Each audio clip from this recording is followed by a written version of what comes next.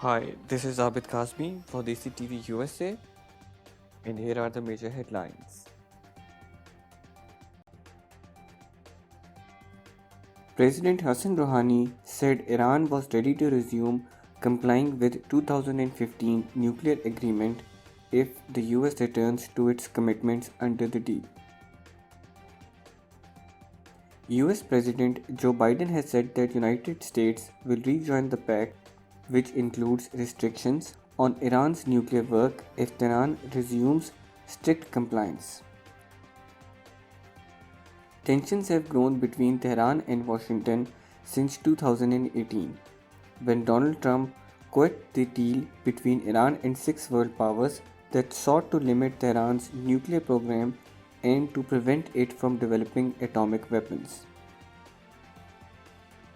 Iran, which denies ever seeking nuclear arms, retaliated to Trump's maximum pressure policy by gradually breaching the accord. Tehran has reportedly said it can quickly reverse those violations if US sanctions are removed.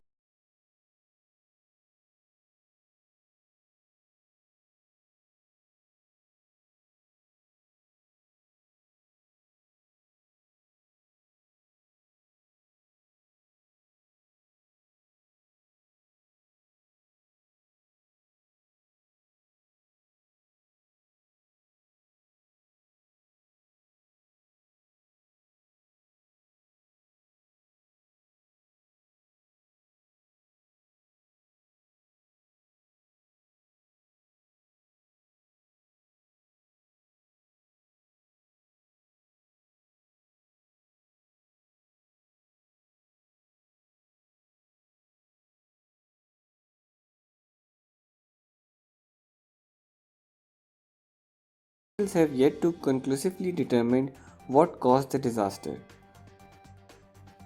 Scientists investigating it believe heavy snowfall followed by bright sunshine combined with a rise in temperatures may have triggered the glacier's collapse.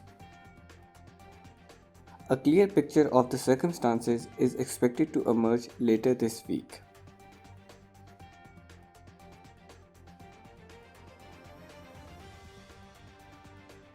According to Spain's health minister Carolina Darius, the occupation of Spain's intensive care wards by COVID-19 patients should peak by end of this week, adding that pressure on hospitals remained at concerning levels. Average ICU occupation is at 43% across the country and above 50% in some regions. In Spain, a third wave of COVID 19 infections is currently being monitored with gradual decrease in cases from the last 6 weeks, but officials say the arrival of new strains could drive a resurgence.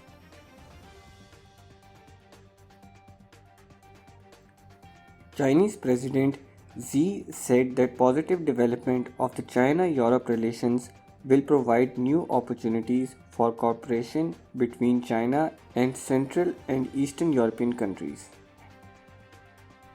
Xi made the remarks when chairing the summit held via video link in Beijing.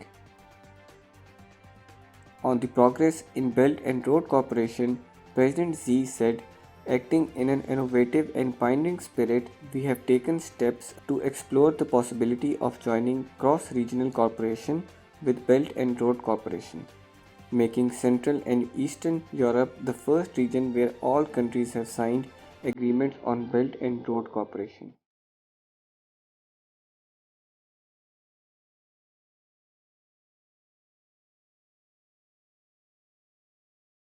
President Hassan Rouhani said he was ready to take the COVID-19 vaccine himself to reassure people it was safe, as Iran launched a vaccination drive. The vaccine rollout is focusing initially on hospital intensive care personnel as the hardest hit country in the Middle East awaits enough vaccines for its general population. State television showed Paras Namki, son of Health Minister Saeed Namki, receiving the first jab, in an apparent effort by officials to boost public confidence in Russia's Sputnik V vaccine.